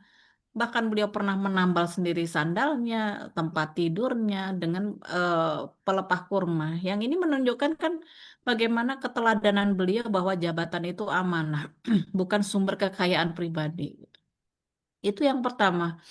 Kemudian yang kedua berkaitan dengan eh apa tadi? Adakah lembaga ini ya? Berarti lembaga seperti lembaga KPK, KPK BPK. dan sebagainya itu ya. Apakah kalau terpilih orang-orang yang takwa pun tidak akan mampu menyelesaikan korupsi? Kalau dikomparasikan dengan khilafah, apakah memang ada lembaga pengawas juga? Iya, Ya, intinya kalau kita sudah melakukan penelaahan tadi, masalahnya kan bukan hanya siapa orangnya ya, tapi iya, apa sistemnya. sistemnya. Orang baik dalam sistem rusak akan dihancurkan oleh sistem itu sendiri. Betul. Jadi meskipun BPK, KPK, atau Ombudsman diisi oleh orang-orang yang jujur gitu ya, amanah, takwa, mereka kan tetap terikat pada sistem hukum dan politik kapitalisme Iya. demokrasi sekuler. Jadi lembaga anti korupsi itu bisa dijinakkan loh, dipreteli kewenangannya, bahkan dibubarkan kalau kemudian mengganggu elit kuasa. Iya. Contohnya tadi sudah kita bahaslah KPK. Nah, mengapa lembaga pengawasan saat ini tuh nggak efektif? Karena sistemnya kan memisahkan agama dari kehidupan, Betul, betul. termasuk pada hukum dan politik. Menganggap kekuasaan sebagai alat transaksi politik, bukan amanah. Sehingga kan peluang praktek lobbying, suap, permainan proyek, rente jabatan dan sebagainya itu terbuka lebar. Akhirnya lembaga pengawas ya bisa kita katakan jadi pembersih kotoran gitu ya. Iya, Tapi dia betul. nggak kuasa dalam pemastian sterilnya saluran pembuangan gitu ya. Nah, kalau dalam sistem khilafah, ini kalau bicara pengawasan ya, dengan bahasa pengawasan itu ada pengawasan yang kuat dan berbasis akidah. Kalau kita bicara tentang khilafah, dia bukan sistem bebas kritik tadi. Dia punya perangkat kuat untuk kontrol kekuasaan. Dan itu bukan sekedar slogan atau jargon. Ya, kalau dikatakan lembaga atau dikatakan posisi pengawasan dalam khilafah itu yang pertama kan ada Mahkamah Madzalim tadi. Iya. Pengadilan pengaduan kedoliman. Tugasnya menindak kedoliman atau penyimpangan yang dilakukan oleh penguasa, pejabat atau kemudian aparat negara. Dan uniknya ini mahkamah berwenang menyidang khalifah kalau kemudian dia menyimpang, dipilih dari orang yang punya integritas, mustahid, bukan oleh parpol atau bahkan kekuatan uang. Kemudian yang kedua ada Qodhi Hizbah ya, dia pengawas pasar, pengawas moral publik, mengawasi pelaksanaan hukum syariah di masyarakat termasuk kejujuran dalam transaksi, kecurangan, suap dan sebagainya di jalan-jalan. Dia punya otoritas langsung untuk menindak pelanggaran sesuai dengan syariah. Ada kemudian yang namanya Qadhi Qudot. Kalau mungkin kita terjemahkan hari ini Hakim Agung gitu ya. Betul. Dia memastikan seluruh mekanisme peradilan berjalan sesuai dengan hukumnya Allah. Sehingga menjaga supaya tidak ada penyimpangan dari prinsip-prinsip syariah. Nah, pertanyaannya kan kenapa lembaga pengawasan atau poin-poin pengawasan tadi dalam khilafah sangat efektif? Yang pertama basis ideologisnya bahwa basis takwa itu menjadi basis negara, rasa takut kepada Allah, rasa cinta kepada Allah gitu ya, berusaha untuk mendapatkan ridhonya. Sehingga penguasa dan pengawasnya itu dibentuk dengan akidah Islam, bukan sekedar profesionalitas teknis. Kemudian hukum itu bersumber dari wahyu Allah, bukan kepentingan. Jadi semua sama, tunduk pada hukum syara yang tetap dan yang adil. Kemudian tadi kita bahas panjang lebar bahwa struktur kekuasaannya tidak transaksional. Jadi dalam sistem khilafah, komponen pengawasan ini bukan sekedar aksesoris bagaimana sistem demokrasi, Iya. tapi dia perangkat integral untuk menjaga keadilan dan mencegah kedoliman kekuasaan. Khilafah itu punya sistem hukum, struktur politik, dan pengawasan yang membuat korupsi itu sulit terjadi bahkan pun di tingkat tertinggi itu, Mbak. Iya, Masya Allah ya, luar biasa. Sebenarnya masih ada banyak pertanyaan nih dari Sobat Pecinta Jawa Dwipa, tapi mohon maaf karena keterbatasan waktu ini pun sudah lebih dari jam 9 malam, ya lebih 4 menit ya. Mohon maaf atas kelebihan waktunya, tapi insya Allah kita masih bisa tetap bertemu di episode selanjutnya dengan tema bahasan yang berbeda. Dan banyak sekali komentar nih, mohon maaf belum bisa saya bacakan satu persatu karena luar biasa untuk malam ini banyak sekali yang berkomentar ya. Semua orang mungkin panas ya Bun ya, ya. Ibu pembicara, ibu narasumber membahas tentang bagaimana korupsi di negeri ini ya. Iya. Ruwetnya negeriku Ibu Pertiwi bukan cuma nangis kalau gini, ikut stres seperti rakyatnya. Wah, dibayangkan Ibu Pertiwinya stres nih ya. Hanya Islam yang mampu menyelesaikan semua kesulitan Subhanallah ini. ya. Ya betul ya. Jadi ini komentar yang paling ini cukup menarik ya. Makanya saya baca di akhir. Tapi mohon maaf, bukan berarti yang lain tidak menarik. Semuanya baik, semuanya bagus komentar-komentarnya. Bahkan ada yang dari luar Jawa juga, Masya Allah ya. Mohon maaf tidak bisa bacakan semua komentarnya. Dan sebelum kita tutup, saya ucapkan terima kasih juga kepada Ibu Ratih dan juga Ibu Siti, Masya Allah, dengan pemaparan tadi dalam forum diskusi dan juga pertanyaan-pertanyaan yang beberapa mungkin sudah dijawab. Alhamdulillah, semoga bisa terpuaskan dan tercerahkan untuk Sobat Pecinta Jawa Dwipa. Tapi sebelum kita akhiri, monggo closing statementnya dulu dari Ibu Ratih ya, untuk penutupan kita di sesi akhir dari Kupas Jawa Dwipa kita malam ini. Monggo. Iya, harus kita akui ya, bahwa sistem ini kan bukan sekedar gagal untuk memberantas korupsi, Betul, tapi sistem ini justru pabrik yang melahirkan para koruptor. betul, betul. Sistem ini membawa DNA koruptif, maka jalan satu-satunya bukan memperbaiki tambal sulam, tapi harus mencampakkan sistem rusak ini dan kembali pada sistem khilafah Islam. Betul. Sebuah sistem yang menjadikan kekuasaan itu sebagai amanah, bukan komoditas, yang menanamkan ketakwaan, menerapkan hukum-hukum syarak tanpa tebang pilih, dan membangun kepemimpinan yang takut pada hisab Allah Subhanahu wa Ta'ala. Ya, Masya Allah, luar biasa. Kalau Ibu Siti, monggo untuk closing statementnya. Ya, Mbak Dewi dan sobat pencinta Jawa Dwipa, belajar dari kegagalan pengamalan masa lalu bangsa ini dalam memberantas korupsi yang tak kunjung finish ya. Betul. Maka pelajarannya adalah pemberantasan korupsi ini tidak sekedar bermodalkan semangat atau retorika ataupun kesadaran betapa korupsi ini memang berdampak buruk bagi bangsa, tetapi butuh kesadaran ideologis Islam membuang sistem warisan feodal penjajah yang menumbuh suburkan korupsi untuk kembali kepada sistem yang benar-benar anti KKN, yaitu sistem Islam.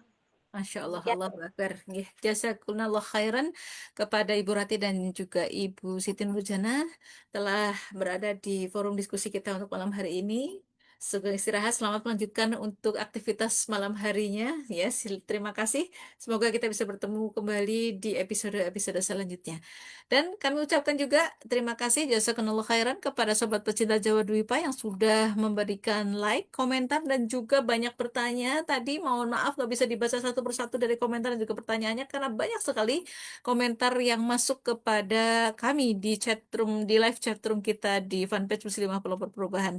Tapi jangan khawatir, insya Allah Muslimah Pelopor Perubahan akan terus menghadirkan rubrik Kupas Jawa Dwipa di episode-episode selanjutnya dan terus ikuti insya Allah di minggu keempat di akhir bulannya insya Allah Kupas Jawa Dwipa akan senantiasa hadir bertemu dengan sobat pecinta Jawa Dwipa semuanya.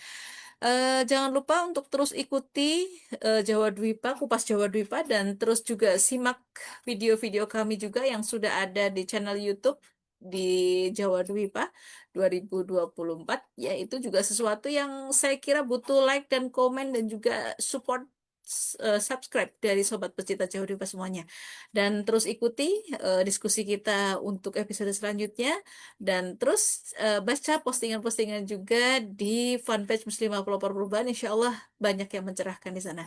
Baik, mohon maaf apabila dalam penyampaian selama ini saya sebagai host mungkin banyak kekurangan ya. Mohon maaf dan juga terima kasih untuk senantiasa sobat pecinta Jawa Dwipa senantiasa setia bersama kami semuanya untuk mengikuti dari awal hingga akhir. Baik, kita akan bertemu di Kupas Jawa Dwipa episode selanjutnya bersama saya Dewi Musyahidah. Kupas Jawa Dwipa mengungkap perspektif sejarah dalam konektivitas hari ini. Sekian, Assalamualaikum warahmatullahi wabarakatuh.